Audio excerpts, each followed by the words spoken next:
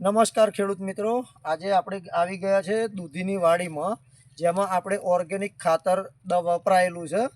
એનું એક જોરદાર રિઝલ્ટ મળેલ છે. તો આપણે ખેડૂતની મુલાકાત કરવા આવ્યા છીએ. શું નામ તમારું ભાઈ?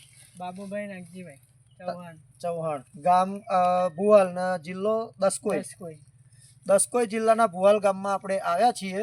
ત્યાં આપણે દૂધીની વાડીમાં પાયાના ખાતર તરીકે એક આ પાવર કેન અને આ દિવ્ય રત્ન 2 વપરાયેલું હતું. 2.5 મહિના થયા છે દૂધી રોપે.